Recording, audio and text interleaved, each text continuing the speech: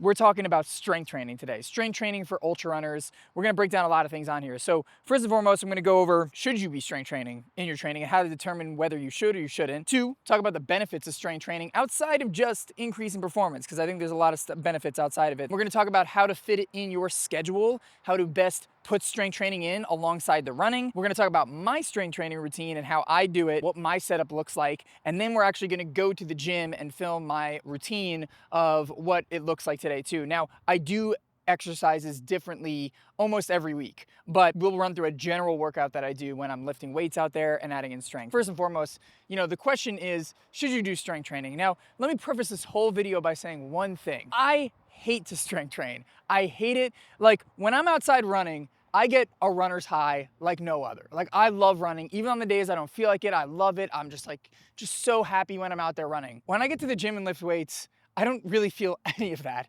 And it's not that I think lifting weights is bad or anything as such too. It's, for me personally, it doesn't get me stoked. It doesn't get me excited. I don't enjoy the act of it, and that's okay. I work with a strength coach personally, Cameron Harder, amazing dude, so awesome. I mean, he works with other really talented athletes such as Tara Dower. And I told him that before we started working together, and I was like, do I need to like strength training? And he's like, you don't need to like it, you just need to do it. And I was like, all right, great. And here's my biggest tip to you if you are thinking about strength training as an ultra runner, which we'll talk about should you or should you not. A lot of times in ultra running, there's a lot of things that you don't want to do, right? You don't want to probably go another 30 miles after 70 miles. You might not feel like getting up for that speed workout on the day where you need to go out and push. You might not feel like going up that giant hill in that long run after you've already ran for 3 or 4 hours. But as ultra runners, we have to do the things that we don't maybe want to do on the surface, but we know that we need to down deep inside. And I think for me, that was a big mindset shift. Going into more strength training this block for me was that, okay, I don't like it, but I'm going to love the benefits that I get from it. And I think that's the coolest thing about life is like you delay gratification, because if you look at anything, right? Training, maybe building a business, working on a really tough project. I mean, even raising a kid, right? Like when you raise a kid, it's all about them. It's all about them. It's a very, very give. But the rewards you get later on of seeing the kid develop and grow up is amazing. So it's all about this term of like delayed gratification, right? It might not be enjoyable in the moment. When you see the benefits after, like that makes that initial suck really worth it. You might be listening to this though and be like, I love strength training. I think it's awesome. Well, that's great. That's awesome, because it's going to make everything a lot less of an uphill battle. But if you're that person who don't like strength training, I really want to start with that to say, like, I don't like it. And I'm doing it about 4 times a week now. And it's been a massive game changer, and I'm convinced. And guess what? I don't like it any more than I did before, but I still do it. And that's the biggest thing. So, and you just got to start, right? And so I guess maybe to dive into that in terms of like, should you start strength training? Well, my philosophy as a coach has kind of changed with this over the years. So I will say, just from a general perspective, should you strength train or not? Well, the definite yeses are 2 different approaches, I would say, would be the definite yeses, or 3, I should say. Number 1 is if you have any prior injury history, or maybe you keep getting injured, or maybe like you keep getting niggles and things like that, you should definitely strength train. And the reason for that is because a lot of the times, lack of strength training can lead to injuries, right? I remember when I first started getting out into endurance sports. I actually started out in triathlon before I got into ultra marathons. And, I was running, biking, swimming. I was doing all this stuff. And I didn't do a lick of strength training. I didn't lift a weight because I didn't think I needed to, because I was like, all I need to do is train this cardio stuff. And basically I was training. And then in the middle of a race, I got insanely hurt. I mean, like I had the worst IT band pain I've ever had in my entire life. I couldn't walk. It was horrible. I went to a physical therapist and everything, and they asked me, they're like, how often are you strength training? And I was like, strength training? Like, what are you talking about? They're like, how often are you lifting weights? I was like, I don't lift weights. Like, I'm a triathlete. I'm a runner. Like, I'm not gonna lift weights. And they're like, well, that's why you're here right now, because you weren't picking up the weights. Because what generally happens is whenever you have an injury, it's a mismanage of 2 different things. It's a mismanage of load, which is how much training stress you're putting on the body, and your capacity, aka how much load that your muscles can handle. Now, of course, when you train more, like you do have your muscles and tendons and joints and everything build the capacity. One of the other things that has to do with capacity is how strong those muscles, those tendons, those ligaments are. And strength training allows you to increase your capacity to be able to handle the load that you're putting on it from a day after day basis. So when you're doing strength training, you actually increase that capacity, which, if you remember load and capacity, you are able to balance that equation out much more so you can prevent injury. So if you're just not having a lot of capacity and your muscles are just getting broken and broken and broken and broken down to the point where that capacity gets overshot by the load that you're putting on it, that's where you're gonna get injured. For me, that's what happened early on. So I would say, like, if you have a lot of those aches, pains, niggles, and you're not currently strength training, you could benefit a lot from strength training. And I really think you should. And I think it's a must that you strength train. Number two, yeah, like if you have the time for it, I think you should be strength training for sure. Because number one, why not? Number two, it is such a benefit to your training. And to determine if you have the time for it, this is the general kind of formula I like to look at. As long as the addition of strength training into your training program doesn't interfere with, number one, your sleep, number two, your day-to-day big priorities over a long time. Now, yes, some days you might have to make, a little bit of sacrifices, but, I don't want you to be taking, an hour and a half away or an hour away from your kids every single day. And if it adds pressure onto your family life or anything like such too, it might not be worth it because that extra life stress is just not going to be worth it, even from a recovery perspective.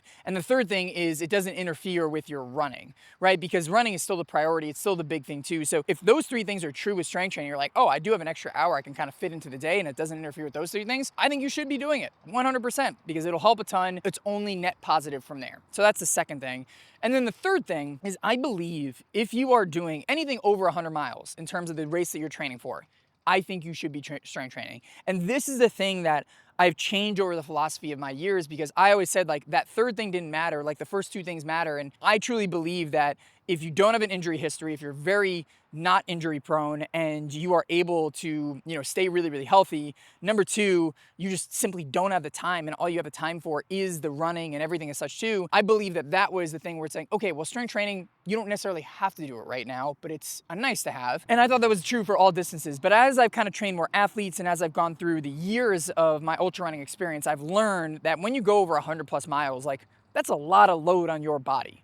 And muscular durability is one of the biggest things that's going to lead to your success for that as well too. So because of that, I truly believe that if you're doing a 100-mile race or 150, 200 mile, anything over 100 miles, I think you should be strength training at least one time a week because that muscular durability, that increase in capacity, that increase in overall strength is going to help your legs be long or strong for those very, very long distances.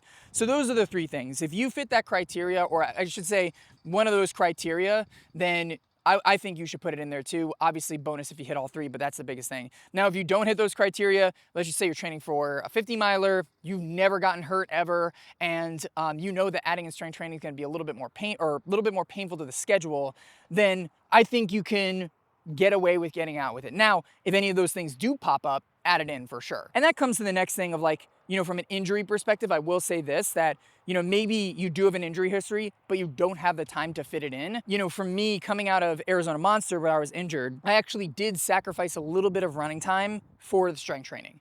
Why? Because my biggest priority was running healthy. And I think that's a number one priority across anything in training is like getting to that start line healthy and uninjured. And so if you do have a big injury history or you're dealing with injury, I truly think that substituting some of the time with running, if you can't fit in your schedule with strength training, is going to be much more beneficial. I did less volume going into Tahoe than I did to the Arizona Monster, granted 200 miler versus 300 miler, but I knew that if by adding in the strength training it was going to have me to be healthier, and I'd rather be healthier and stronger on the start line with less volume than to be a little bit more plagued with niggles or potentially other risk for injury with higher volume of running, and that's the trade-off you kind of got to make. So you always got to balance those things out. So that's the big thing on should you strength train or not. So hope that helps to kind of like say like, should you put in your schedule? Now, why should you put in your schedule? You might be like, okay, well, I think I'm in. Why should you put it in? Well, first and foremost, I mentioned the biggest thing, injury prevention, right? So you build capacity in your muscles, you build strength in your muscles, bones, ligaments, tendons, all those things break down a lot less, and you're going to have a less chance for injury. So that's number one. But aside from that too,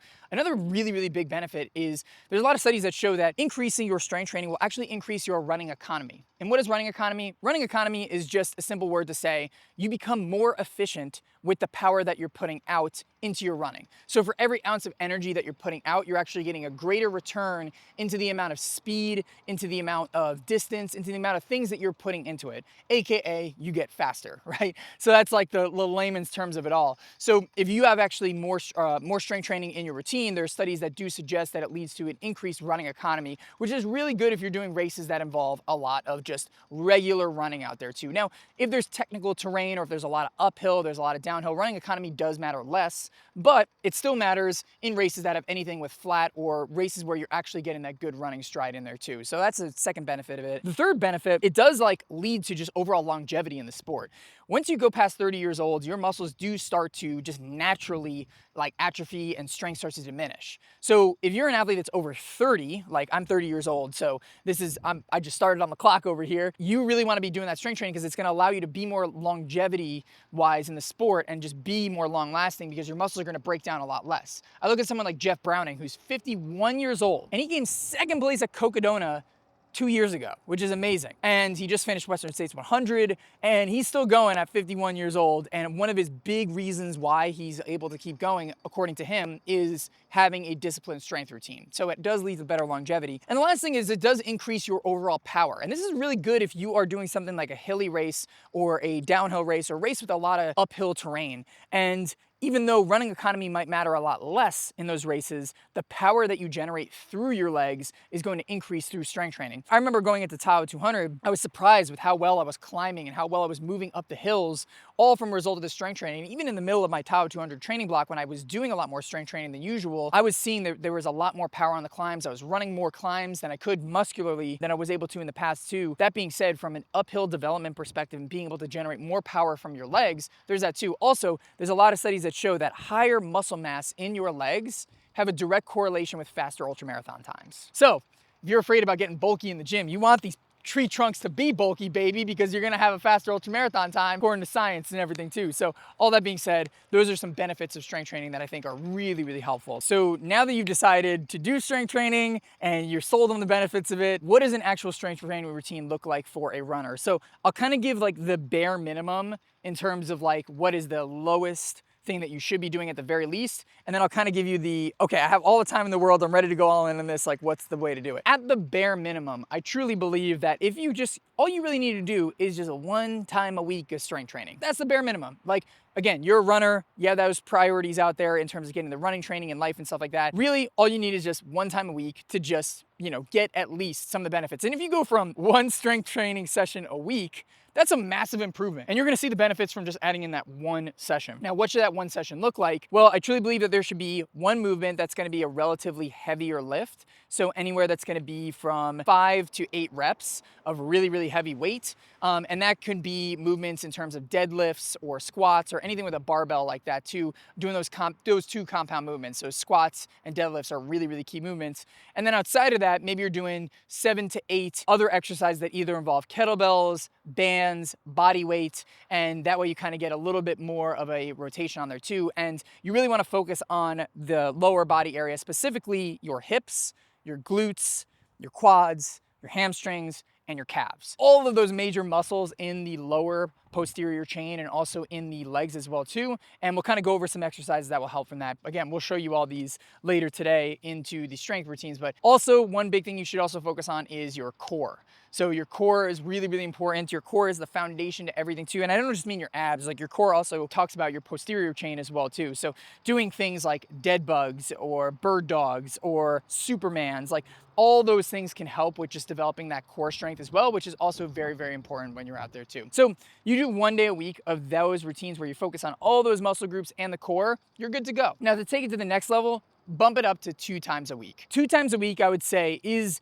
the most optimal in terms of how much benefit you're gonna get with the time that you're putting in. So 2 times is great, and I'll kind of talk about how to put those in the schedule. The excellent thing, like if you wanna go above and beyond, 3 times a week can work as well too. Do you need to do 3 times a week? Absolutely not. I do 2 times a week, and I work with a strength coach, and that's what he prescribes for me, and that's what I see most athletes like find that optimal kind of risk-reward ratio too. Now, can you do too much strength training? Yes, you absolutely can. You can do too much strength training because we'll talk about the need for balancing recovery. We'll talk about, you know, maybe it's interfering with running and things like that too. So you can do too much strength training, just like you can do too much running. I think the biggest thing is when you start to get into strength training, you need to ease into it very, very easy. You can't just go gung-ho off the bat. That's why like a lot of times, even when I work with Cam, started working out too, and I was doing strength training 1 time a week and we moved from 1 time to 2 times a week, we worked on that 2nd day a week to be very easy stuff. Body weights, bands, light weights.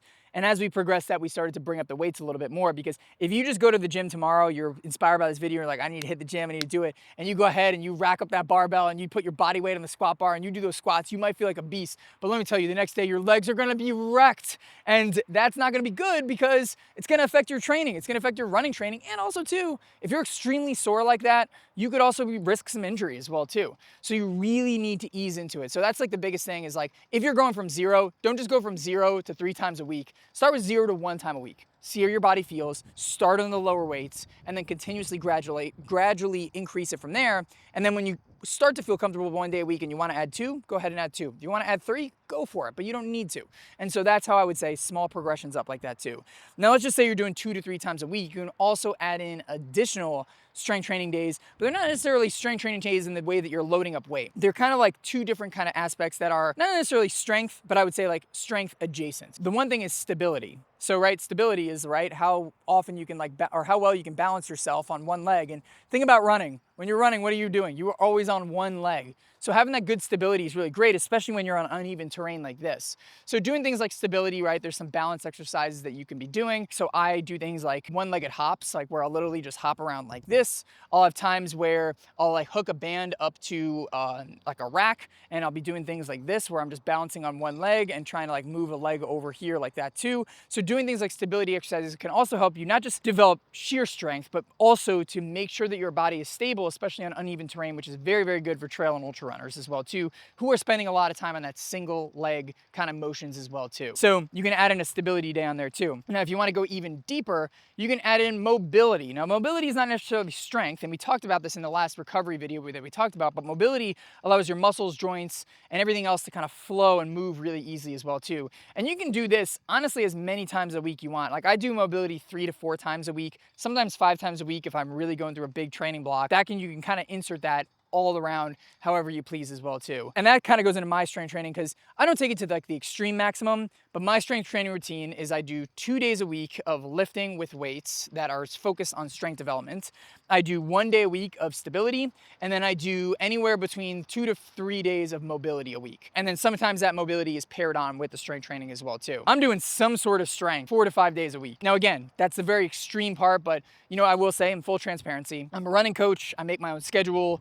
This is like a part of what I do as my job. So all that being said, I have a lot of flexibility, but that's why I kind of gave the lower end option on there too. Now, I would say this, if you're doing 1 day a week of strength, I would still also add in 1 day a week of mobility before even just going to 2 days of strength, because that mobility is gonna help and you get a more well-rounded approach on there as well too. That's kind of like the general layout of like how much strength. Now, how should you articulate this strength into your running schedule? I'll tell you a story real quick. When I first started to strength train, here's how I would do it. This is when I was a young, naive Joe that didn't really know anything about training. I go to the doctor, right, when I was injured, and they're like, you need to strength train. And I'm like, all right, word, sounds good. I'm gonna start strength training. So I remember like picking up a book with like strength training routines and everything, and I don't know what the heck I was doing, but this is my thought process, right? I was like, okay, so I looked at my training schedule, and I was like, okay, well, I have my intense speed workout days on Tuesday and Thursday, and I know I want my legs to be super fresh on that.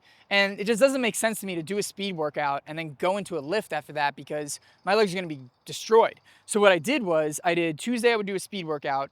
And then Wednesday, when I would have an easy run the day after, I was like, oh, I'm gonna lift legs on that day. I was like, okay, did that. And then Thursday, I would have a speed workout, and again, no lifting. And then the next day, easy run, I would lift, and then I would have my long runs on the weekends. Here's the thing. I felt destroyed all week. Like, I felt like my legs had no pop. I felt like my legs were always getting crushed. And I was like, what the heck is going on? I thought strength training was supposed to help. And that's when I learned this principle that is widely followed by a lot of physical therapists, strength training program or coaches, and even me as a running coach. This is a philosophy that we employ here at Everyday Ultra, is that you want to stack your hard days and make them hard, and you want to make your easy days easy. So instead of doing interval workout or intense workout, easy day the next day, interval workout and strength on the same day, and then your easy days the next. And you might say, well, why is that? Well, here's the thing. Go back to young, naive Joe. Let's go back into his thing. His legs were always wrecked. Why were his legs always wrecked? Well, his legs were always wrecked because if you remember, like from some of the videos, we talk about rest and stress. And in order to make progress as a runner, you need not just only stress, which is the training load on the body, but you need the rest for your body to recover and get stronger, because actually the adaptations are made in the rest. If you're doing intense interval workout you're beating up your legs. The next day you lift heavy weights, you're beating up your legs again. Then you go into an interval workout again, you're beating up your legs again. Next day, easy run, you're beating your legs, and then you have long run, your legs are just always getting beat and you never have that room for rest. So that's why best practice is you do your interval workout and your strength on the same day. So that way you're condensing all that stress onto one day so that when you have the easy run the next day, you have a full day to recover and let those adaptations sink in. With that, your lifts might be a little diminished in terms of like the quality in there. I shouldn't say quality, but in terms of like how much strength you're about to put out. But by doing that from that standpoint of being able to condense your stressors, you're able to lead to greater adaptations, which is going to lead to greater strength, greater performance in your running and everything too. So the thing all the time, if you're looking at your schedule when to put it in, the rule of thumb is put it in on your most intense days. Now, when I say most intense days, that's either going to be how much high intensity that you're doing, or it could even be your long run. So your long run too. So you can put it either on the same day as your interval workouts or your long runs, because those are going to be your most intense days that are going to have the most load on the body, and that's where I would put it in. Now, if you're doing 2 strength training workouts a week, the way that I kind of like to say it is either Tuesday or Wednesday of that week, and then you do your next strength training session on the Saturday or Sunday. Or if you have a weird schedule where you're doing kind of like intense workouts and long runs on different days, just try to make sure that there's probably about at least 2 days in between each strength training session, because that 2 days is going to give your body and legs some time to breathe in between. Now, if you're doing 3 days a week of strength training, like I would do something like Monday and then maybe Thursday and then, maybe Saturday, right? You're going to have one day where there's going to be like that one day of recovery in between, just so the way that kind of everything is kind of set up from there too. And if you do that, just make sure that you have the longest recovery window that is going to be farther away from your hardest strength training session. So if you have the 2 strength training sessions that are a little bit close and back to back, you might have that one day be a little harder, and then the day that has only that recovery day in between, you might have a little bit easier. So it's all about just managing load and distributing in the right way so that you have the stress on the body, but you're also paying homage to the recovery that you're getting out there as well too. That's how I would kind of distribute the strength across the week. Remember, hard days hard, easy days easy, and that's when to do it as well too. All right, so we have all this information. Now, the question you might be asking, well, okay, when do I lift versus run in my schedule as well too? Do you lift first? Do you run first? What should you do? And I always tell my athletes the same thing. I will give you the science optimized answer, and then I will give you the Coach Joe answer, because I think there's 2 different things here. So let me give you the science optimized answer first. What the science and the research and all of those, really smart people who do these tests say that are probably the most optimal way to do running versus strength if you are a runner and optimizing for runner. The common theme all the time is optimize for the thing that's the most important for you. So optimize for your priority. So if you're watching this, you're likely an ultra runner, or you're prioritizing ultra running. Running is the priority. Now, right, if you were like a hybrid athlete, or maybe someone who is more on the side of bodybuilding or strength development, strength is going to be the priority and maybe running is a secondary thing, right? Potentially. We're assuming we're talking to ultra runners out here, because that's who our universe is out here too. But if you're someone who prioritizes strength, you should keep this in mind as well too. Assuming that we're talking to someone who's prioritizing running, you want to prioritize the running first. So I always say that on strength training days, if you can, put your running first in the day, because that way you're prioritizing the key workout, you're prioritizing the run, and your legs are going to be the most freshest, right, when you're doing that run first before the strength training. So you're giving it the most priority. If you strength train beforehand, your legs are going to be diminished in terms of the performance and the quality out there too. And so that being said, you want to be able to make sure that your legs are as fresh as possible, so you do them in the beginning. Now, I will say you do have some flexibility and leeway if you have an easy run day, because if you have an easy run day, then the easy run is supposed to be easy and you're not putting stress. Now, if you have like an interval workout or a long run, that's where I highly suggest doing those things first, because those are pretty key quality sessions that you want to be at, the legs to be at a good quality. Whereas like recovery runs or easy runs, if you do have a strength day that falls on those days, you can be a little bit more flexible with it, because those runs don't matter as much in terms of how fresh your legs are. But the more thing that matters for those is just getting in the low intensity aerobic volume, right? So something to keep in mind on there too. Running first, strength second is usually the ideal way to go. Now, how far away should you split them? What the studies show is that having at least 4 hours in between both will optimize your best results for both of those things. So if you run first, have at least 4 hours in between, and then do the strength training, that's the optimal way to distribute the balance between putting in the adaptations for both running and strength, and then giving you the adequate recovery in between, because in that 4-hour window, your legs are going to recover a little bit from the run, and you're going to have usually a higher quality lift from there too. Now, as is life, we can't always optimally do the setup that is in there too. And actually today, I can't even optimally do the setup. So I'm actually going against this today because the Coach Joe answer is this: do whatever you can in your schedule to get in the strength training. I have some athletes that they tell me, they're like, listen, the only time that I can get in a strength workout is in the morning. Maybe it's the only time that you can get to the gym, or maybe it's the only time that, you know, you can go ahead in that basement gym or anything as such too. Or maybe it's dark outside in the mornings and you don't want to get in that run outside and you want to do it later in the day when it's like, you know, nice and bright outside. Listen, my theory is like, if there is the only way you can get strength training in on a given day is by doing it before you run,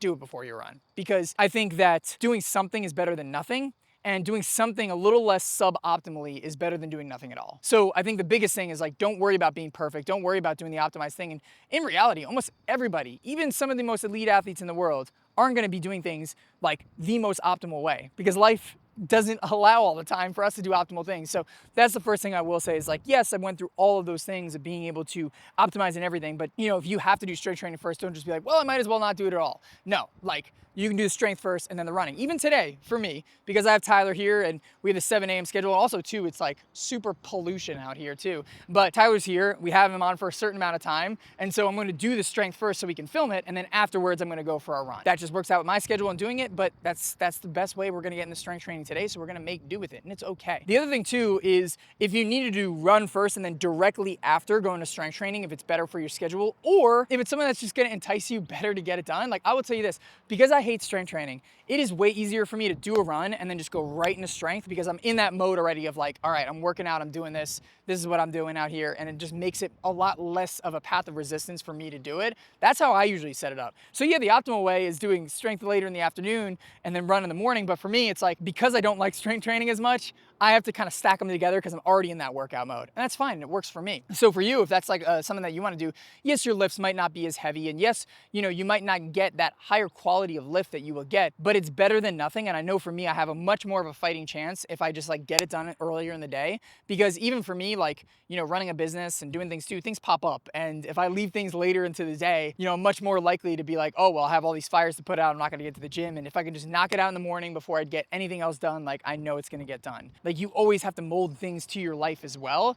And again, something is better than nothing, and done is better than perfect. That is not just a training principle with strength training, but it's just an overall principle with life. So don't worry about being perfect. Don't worry about not doing the most amount. By the way, like I said too, like, you know, you're doing, like you'll see today, we're doing probably about like 6 to 8 movements. If you can only get in 4 movements on the day, great, that's awesome. It's better than nothing. So remember that principle, especially with strength training. And that's something that I always tell myself, because, you know, sometimes I do find myself busy and things like that too. And, you know, or maybe I'm traveling, like for example, like next week I'm going out to Badwater and I'm crewing. For those who aren't familiar, Badwater, you literally follow your runner in a car for the entirety of a race. And I don't have access to weights and everything too, but I'm bringing bands, and I don't know what my schedule is going to be, because obviously my schedule is going to be dictated by the runner and what he needs. But whenever there's going to be time, I will be doing some strength in between there too, and doing what I can. Something's better than nothing. Done is better than perfect. I learned that from my good friend Sally McRae, by the way. So shout out to Sally, Yellow Runner on Instagram, amazing YouTube channel, incredible documentaries. She is one of the best humans I've ever met. So if you're not following her, what are you doing? Secondly, if you're not following her, go follow her. She's amazing. All that being said, that's like the whole crash course into strength training. We're gonna go to the gym. We're gonna kind of go through what my day looks like in terms of a lifting routine. And then we're gonna pop on the treadmill for maybe 30 minutes to an hour easy run. Again, I'm still kind of in this like mini off-season mode coming off of Tahoe, but still shaking out the legs. So let's head to the gym and go lift some weights. And yeah, like I said, I don't enjoy it, but we're gonna do it. We're gonna freaking do it. Let's go do it, folks. All right, by the way, I always carry this bag, Arizona Monster, because this is the race that I had to pull out because of an injury, because wasn't strength training enough. So I always have this as a reminder when I'm like, I hate this. It's like, this is exactly why I'm in here. So a little bit of reminder and extra motivation. Okay, so what we're gonna do before we dive into lifts is gonna be a warm-up routine. So you wanna just warm up. You don't wanna just go right into the workout. So we're just gonna do some simple movements over here too. So the first thing we're gonna do are just some banded body weight squats. If you have access to a gym, get access to a gym. It's great. It's a good tool to have, because obviously you get all the weights and everything. Even if you have access to the gym, like get some like exercise bands, because even if you can't get to the gym, doing something with these can be huge, because we'll do 2 exercises that are more weighted, and then everything else is going to be bands and body weights. You can do a lot of stuff with this too, and if you can't get to the gym, it's a good thing to have on hand. Some banded squats to just start activating those muscles that we're going to utilize today. So I'll do about 20 of these. All right, 20 of those done. Next thing, we're gonna do some good mornings. So pretty simple, hinging from the hips down. Doing about 20 of these.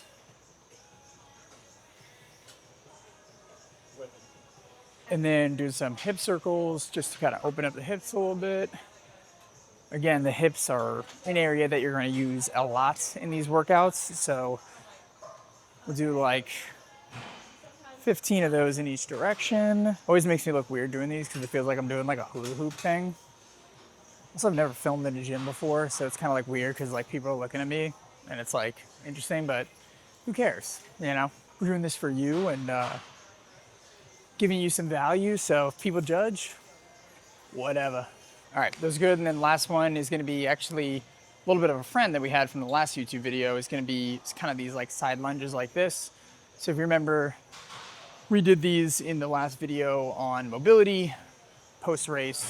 So adding in some of that as well too. And by the way, like if you go back to that video, you can take any of those kind of movements and use those as warm-up routines too, because they're still activating the muscles, the joints, moving them around a little bit before you jostle them around here in the gym. So we'll do about 10 of these on each side. Now I will say, like if you do your run right before your workout, you don't have to do like a super crazy extensive like kind of warm-up routine because you are already warmed up and the muscles are already activated out there. But because this is the first thing that we're doing this morning, want to warm them up a little bit so we can get everything kind of activated before we start getting out there. And then usually I just like to do a few of these leg swings. And then left and right. Okay, same thing on, oh, but imbalance there. Caffeine's wearing off a little bit already. Hey, if you're watching this video, that means you really love training and you want to make sure that you're putting all of those training hours in the right way, making sure that they're correct and actually making you progress. And the best way that I've done that is working with a coach. So we would love to help you articulate your training in a way that's going to be personalized towards you, proven to get results, and ultimately is going to be the right workout so you don't have to play the guessing game yourself and you can actually make progress towards your ultra goals, whether it's hitting that new PR in distance or time or just getting overall better at running. So if you want to work with me and my team to help you crush your ultramarathon goals, you can book a free consultation call at theeverydayultra.com or go to link in the show notes, and we'd love to help you get proven training with proven results to help you crush your next ultra. All right, back to the video.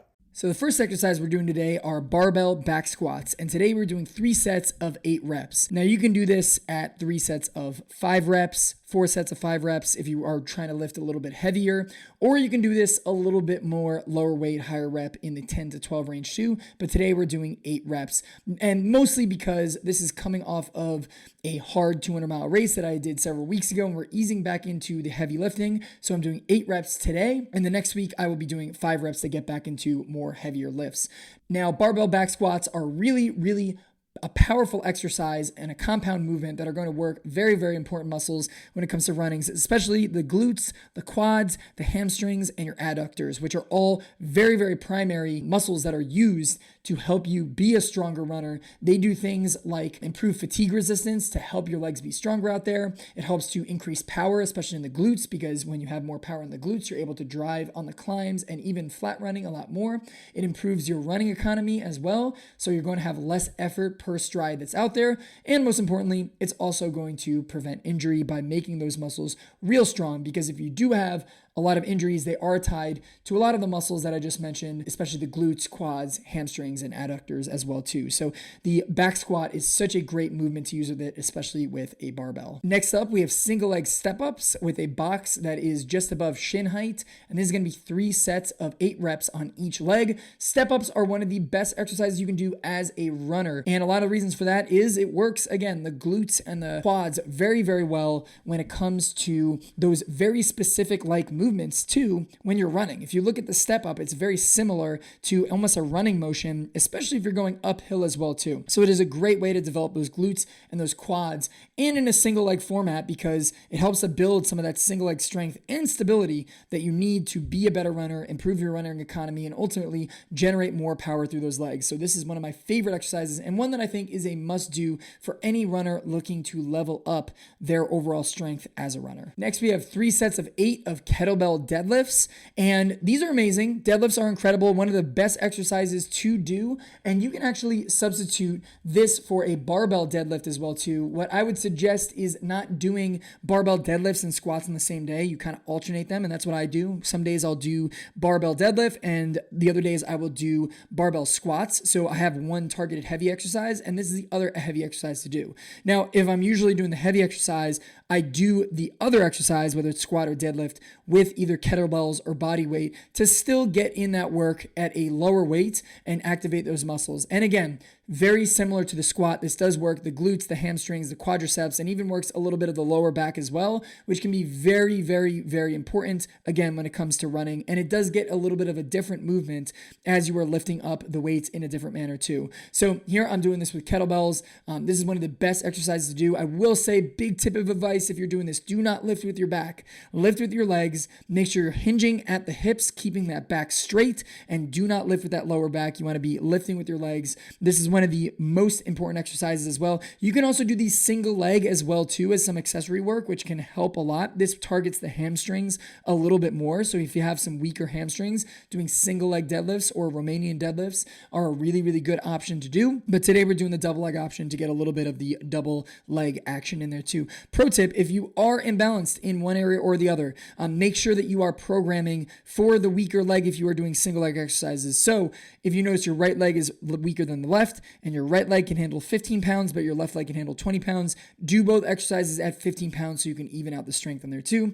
And again, this is a double leg movement we're doing here, but that's a tip if you're doing it single leg. Next, we have 30 hollow hold kickouts. So this is really activating those core muscles in the abdomen and the hips. And having a strong core is a very, very important part of being a runner, because your core is going to stabilize your entire body. And also your core includes your hips, which is where a lot of your power is going to come from. So 30 hollow hold kickouts, keeping that back on the ground and kicking out those legs, keeping them elevated off the ground. This is one that looks definitely harder than it looks, but it is a very, very great exercise to do for your core. Next, we have 30 hip thrusts, and these are just body weight. You can add some weight on this if you want to, but this is a really, really important exercise because it does work the hips and the glutes, and it also works on driving that power through the hip as you pop them up into the air, right? When we are out there running, if you are driving power from your hips, that's going to lead to stronger running economy and also just more power and more efficient power, because using your hips are one of the most powerful tools in your body. So this not only builds strength in the hips, but it also allows them to be more mobile and gets your mind muscle connection to be able to pop the power from the hips and the glutes as much as you can when you're out there on the run. Next, we are doing some side-to-side hops for 30 hops total, and we're going lateral here, right to left. And this is a really, really good exercise to build that eccentric loading muscle capability in your legs. So eccentric loading is a fancy word for how much load is being put on your body when you are running, because when you're running, you get more of your body weight put into your legs. And so when you practice that jumping motion, it does get a lot of that impact forces practice that you can get to strengthen those muscles as your body is handling the body weight load that's coming back from you for running, especially on downhills as well. Plus, it helps to build a little bit more stability as you bounce from right to left. You can even do a single leg variation as this as well to focus on more of that single leg capability too. So hops are one of the most underrated exercises when it comes to strength training, and that's why they are a staple in my routine as well. Keeping up with the hopping motion, now we have squat jumps. Now we're doing 30 squat jumps here. And again, this is more of a power generation thing, coupled with also adding in a little bit of that eccentric loading coming in from the bottom of the jump that you're coming on when you're landing down. So you get a little bit more of that power motion, that popping motion up, and then you get a little bit of that eccentric loading coming down, and you're getting the benefits of the squat like we mentioned before on there as well too. As you can see, I'm not jumping very high here because my legs are still kind of waking up a little bit from the first kind of real strength session back from Tahoe 200. But ideally, when you're feeling a little bit more fresh, popping up a little bit higher would be a little bit more ideal. Now we're going to side planks. So we're going to do 3 sets of 15 total side planks rocking back to forth. So you're just doing a plank and then you're rocking back to forth. Now a plank in general is going to, again, help to work those core muscles. And this rocking side by side is going to lead to a little bit more hip activation and a little bit more hip strength. So not only do you get the core strengthening from holding up the plank, you also get a little bit more hip activation and hip strength from moving from side to side. So it is a great way to add a little bit more spice into your planks, and something that we're doing here. Next up is one of my all-time favorite strength exercises, which are lateral band walks. So it is putting a band around your ankles and you are stepping side to side. And this is a glute burner. Your butt is going to be fired up after this for sure. And it helps to target those glutes and those hip muscles to be able to have a lot more power into them as well too. And we are doing 30 steps on each side for this one as well.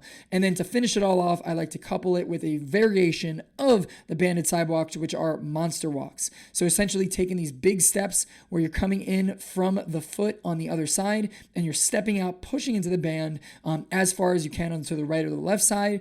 And again, this also works those glutes and those hip muscles, but gets a little bit more of a different angle on it, given the different movement that you're getting from the lateral walks as well. So we are doing 30 steps forward and 30 steps in the other direction as well too, and that's going to help a ton with the overall things. And that is the strength routine today. As you can see, it is not a lot of movements. It is very, very easy to get done. You're lifting a little bit heavy. You're doing a little bit more other variations of other exercises as well, and you really get it rocking and rolling from there too. So that was my strength routine today. I do vary it around a little bit from here to there, but you can steal the strength routine for your next strength session as well. And don't forget to add in some other exercises as well, which can be super, super helpful.